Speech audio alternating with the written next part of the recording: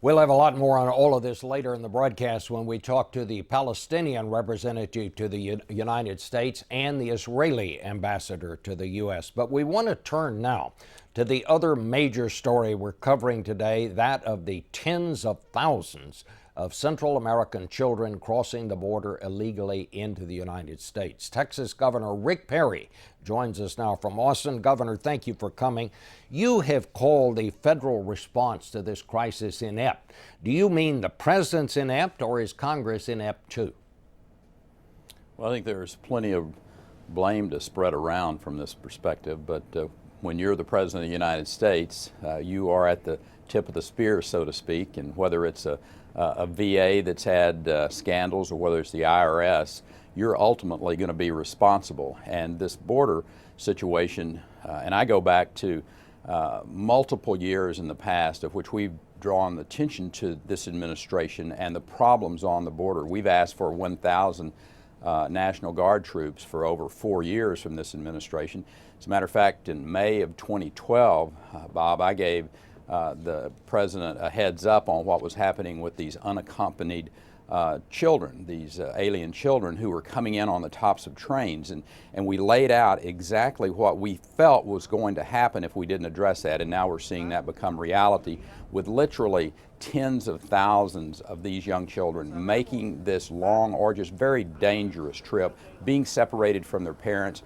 And it could have been stopped years ago had the administration listened, had the administration been focused on the border with Texas. I just don't think there's the interest. I've got to take that as a I'm not interested. When we asked the president to come this last week, he made a decision not to come. They're just time after time you see a response from this administration that says, you know what, we're really not that interested in the southern border of the United States. Well, let me ask you, what do you do with these children, Governor? Many of them, as you well know, were escaping drug cartels, we're told, human trafficking. Once they get here, aren't we going to have to find some way to help them? What can be done about this?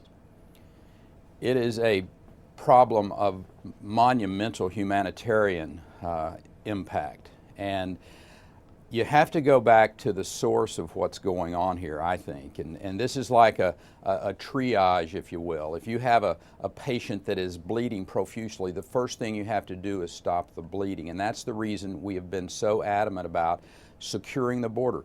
Very quickly, that message will be sent to those Central American countries that you cannot send your children up here. You cannot catch a train or a bus or be coyoted up here, as you will. To walk across the border and you're freely going to be able to stay in the United States.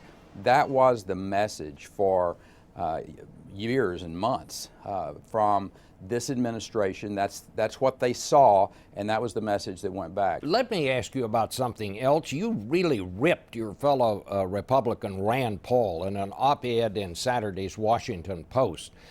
You said, your words, Obama's policies have certainly led us to this dangerous point in Iraq and Syria, but Paul's brand of isolationism, or whatever term he prefers, would compound the threat of terrorism even further.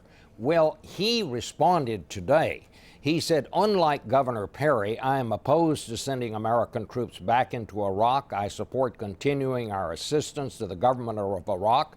I support using advanced technology to prevent ISIS from becoming a threat.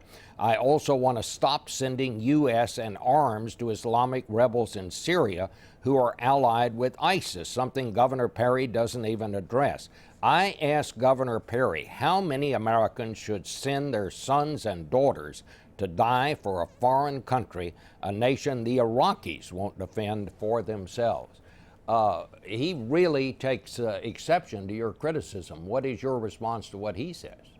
Well, I agree with him that it is the failed policies of this administration that find ourselves in this really bad position that we're in today, not unlike the failed policies on the border with Mexico and Texas that is causing this issue with all of these unaccompanied alien children that we're seeing flooding into the border. But back to that part of the world, we have allies there in the form of Israel and Jordan. that expect us to stand with them, to help them. They are very nervous because they've seen this president talk about red lines that he was going to draw in the ground, and then those red lines mean nothing.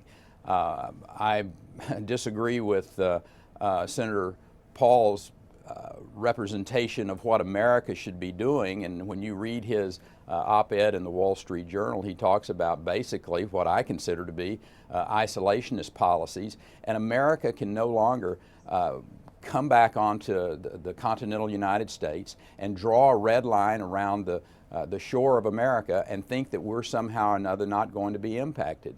We must engage and tactically, thoughtfully, using the assets that we have against ISIS to keep these individuals from being able to create an Islamic state in that part of the world that will put Jordan and put Israel's literal future in jeopardy. And we need to send clear messages and powerful messages. The idea that I'm for opening up the gates and sending multiple numbers of American troops back into harm's way, I bet is a bit of a stretch. As a veteran, as an individual who has deployed hundreds and thousands of U.S. National Guard, Texas National Guard troops to Iraq and Afghanistan over the course of the last decade, I understand as well as anyone the concept of putting our young people in harm's way. We need a strategy that is sound. We need a strategy that when we say we're going to do something, we do it, and our allies, again, can trust us, and our enemies fear us. All right. Governor, I'm sorry we have to end it there. Thank you so much. You're welcome. Thank you, Bob. We'll be back in 1 minute to hear from a top Democrat on the immigration crisis.